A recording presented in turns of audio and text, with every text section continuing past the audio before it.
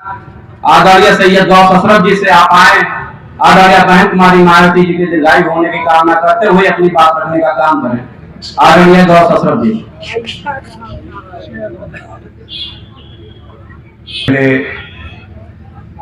भारतीय संविधान के रचयिता बाबा साहब भीमराव अम्बेडकर जी, बहुजन समाज पार्टी के संस्थापक मान्यवर काशीराम साहब को खिराजे मोहब्बत पेश करते हुए आदरणीय बहन कुमारी मायावती जी की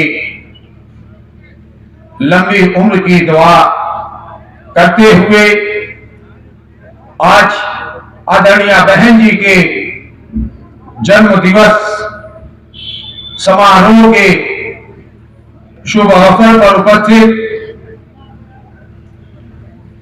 मुख्य अतिथि माननीय दिनेश चंद्रा जी,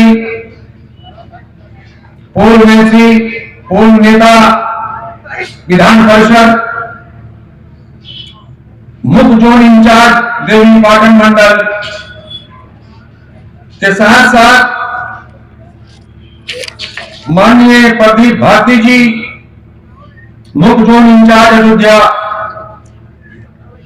माननीय मनोज वर्मा जी, जोन इंचार्ज अयोध्या, माननीय राम नयन निर्दोष जी, जोन इंचार्ज अयोध्या, माननीय राम बहोर राव जी, जोन इंचार्ज अयोध्या, माननीय कमलेश निषाद जी, जोन इंचार्ज अयोध्या, और इस कार्यक्रम के संचालन कर रहे बहुजन समाज पार्टी के जिलाध्यक्ष सुनील सामंत गौतम जी के साथ साथ मंच पर उपस्थित बहुजन समाज पार्टी के सभी नेताओं का, विधानसभा के पांचों विधानसभा के जिलाध्यक्ष, विधानसभा की कार्यकारिणी, जिले की कार्यकारिणी के साथ साथ हमारे सेक्टर बूथ के सभी पदाधिकारी तथा यहां पर उपस्थित हमारे बुजुर्ग नौजवान दोस्तों, साथियों, हमारी बहादुर माता और बहनों का मैं आज के इस कार्यक्रम में अपनी तरफ से स्वागत, वंदन, अभिनंदन करता हूं। साथियों, हमारे पूर्व के वक्ताओं ने अपने विचार में बहुत सी बातों का उल्लेख किया है। विशेष रूप से हमारे डॉक्टर साहब जो हमारे भाई भी हैं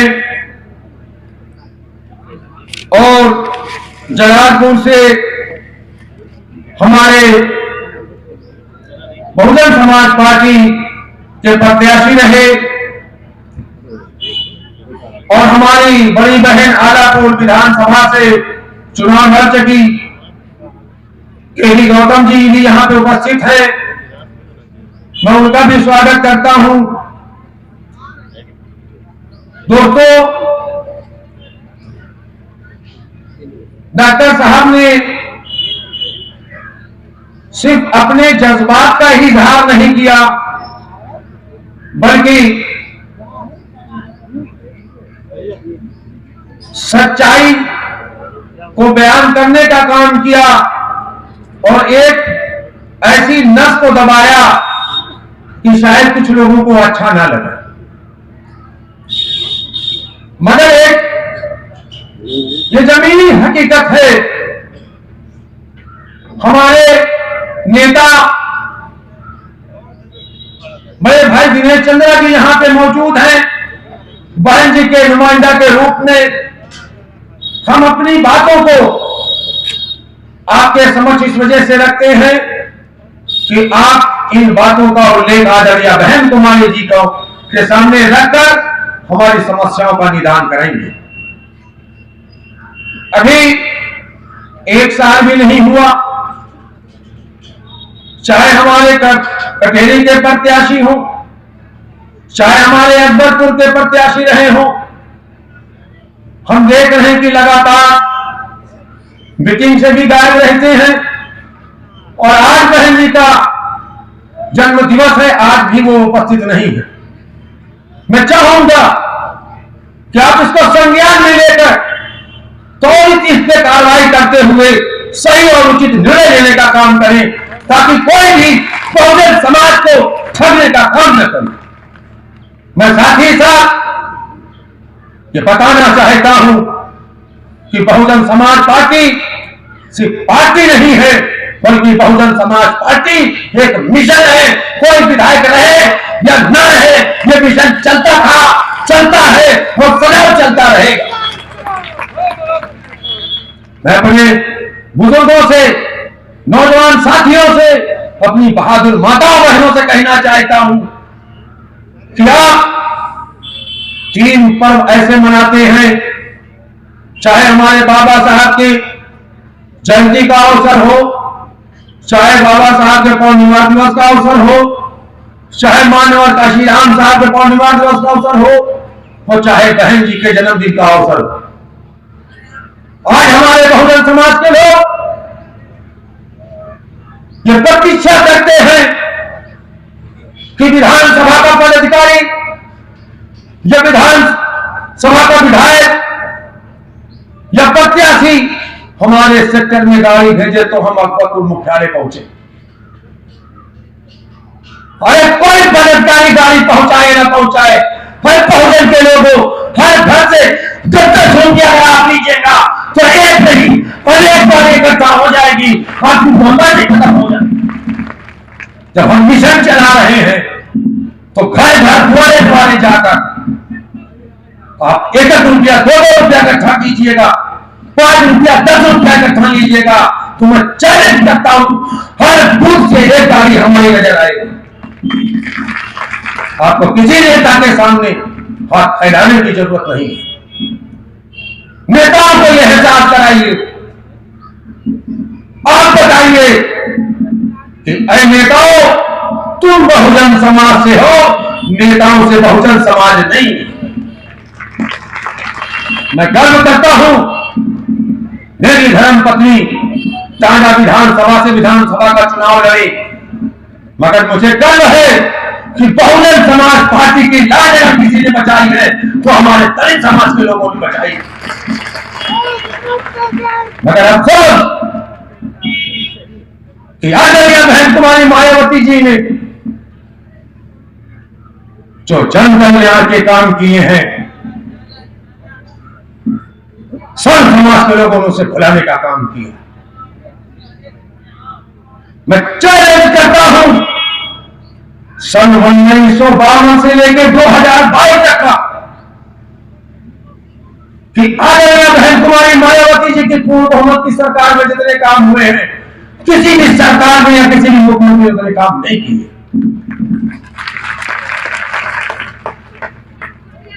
7 से लेकर 12 के बीच में, समय कम है, बहुत से वक्ता बोलेंगे, चंद बातें कहूंगा। 7 से 12 के बीच में आदरणीय बहन कुमारी मायावती जी ने लगभग 5.5 लाख सरकारी नौकरी देने का काम किया। और कहते हैं लोग नौकरी नहीं मिल रही, नौकरी विभाग में नहीं है, उस विभाग में नहीं।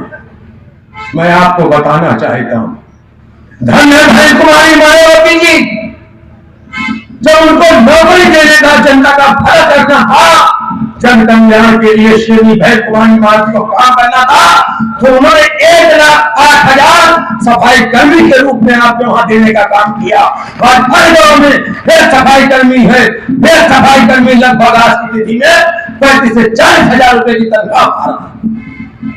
आज पढ़े लिखे युवक मारे फिर रहे हैं, उनको चपरासी की भी नौकरी नहीं मिल रही है, सफाई कर्मी की भी नौकरी नहीं मिल रही।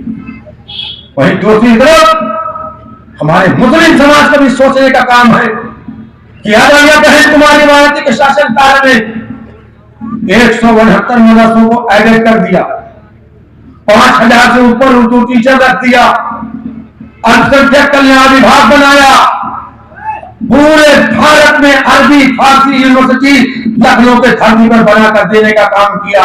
मुस्लिम समाज के जो लड़के ग्रेजुएट करते हैं धन के अभाव में IAS IPS की कोचिंग नहीं कर सकते। आदरणीय कुमारी बहन मायावती जी ने उनके IAS और PCS बनने के लिए कोचिंग सेंटर खुलवाया, हॉस्टल दिया, फ्री कोचिंग, फ्री रहना, फ्री खाने पीने का काम। मगर बड़े अफसोस की बात है, जिस नेता ने दंगा फसाद कराकर तुम्हारी जाने ले ली, तुम्हारे माल लुटवा दिए, आज तुम उनके पीछे चलने का काम कर रहे हो।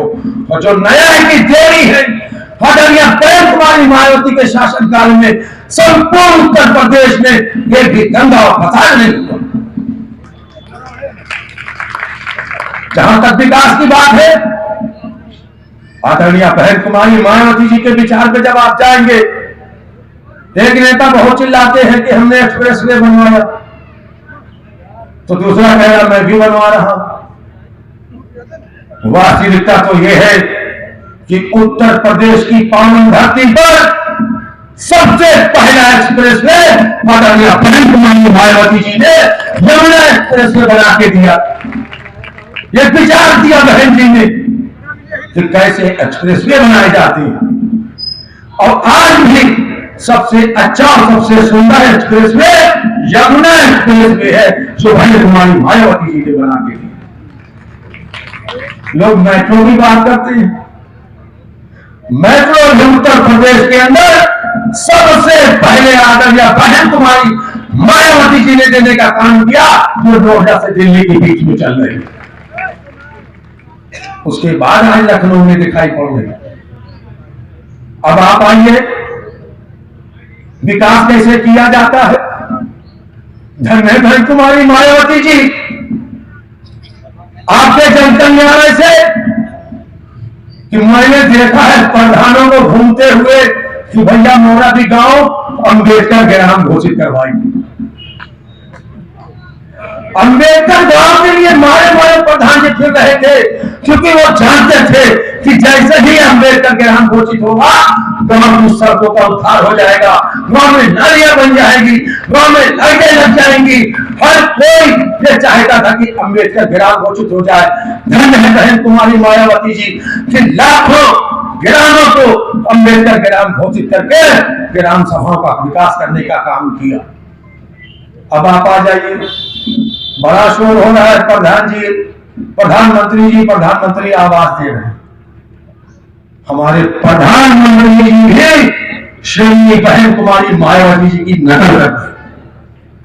धन्य है बहन जी, 7 से 12 के बीच में मानव काशी राम शहरी आवास योजना बनाकर लोगों को फ्री में मकान देने का काम किया। आप देख लीजिए, चाहे कटरिया याकूबपुर में, चाहे आप देखिए फैजाबाद रोड पर, चाहे आप देख लीजिए बसखाली रोड पर, 5 साल के कार्यकाल में बहन जी ने लाखों मकान बनाकर गरीबों को फ्री में देने का काम किया। यह है बहन कुमारी मायावती। और आपको पूरे उत्तर प्रदेश में तो जाने की जरूरत ही नहीं। जहां आप बैठे हैं उसके दाएं जो कुछ है बहन जी का, उसके बाएं भी जो है बहन जी का, पीछे अस्पताल है तो बहन जी का। अरे इस जिले के अंदर जो कुछ है आदरणीय बहन कुमारी मायावती जी ने दिया। और बीच में 12 से 22 तक ऐसी नाकारा सरकार इस 10 साल के अंदर अयोध्या से बसखाली तक का 4 लेन नहीं बना पाए। ये 50 किलोमीटर 10 साल में नहीं बना पाए। और धन्य है बहन जी, फिर 5 साल में माया से लेकर टांडा, टांडा से लेकर जलालपुर, जलालपुर से लेकर अकबरपुर और कटोखा से लेकर जहांगीरगंज, राजे सुल्तानपुर, बसखाली से लेकर हथवर, जितना रास्ता है सब बहन कुमारी मायावती जी ने बनाकर अम्बेडकर नगर के वासियों को देने का काम किया।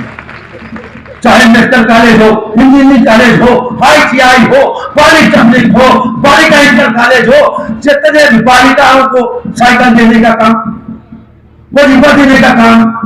बच्ची जन्म लेती थी तो जन्म होता था 25,000 रुपए की उसकी FD देने का काम भी आदरणीय बहन कुमारी मायावती जी ने दिया है। मगर अफसोस कि बहन जी के इन जन कल्याण कामों को हमने धरातल पर पहुंचाने का काम नहीं किया है।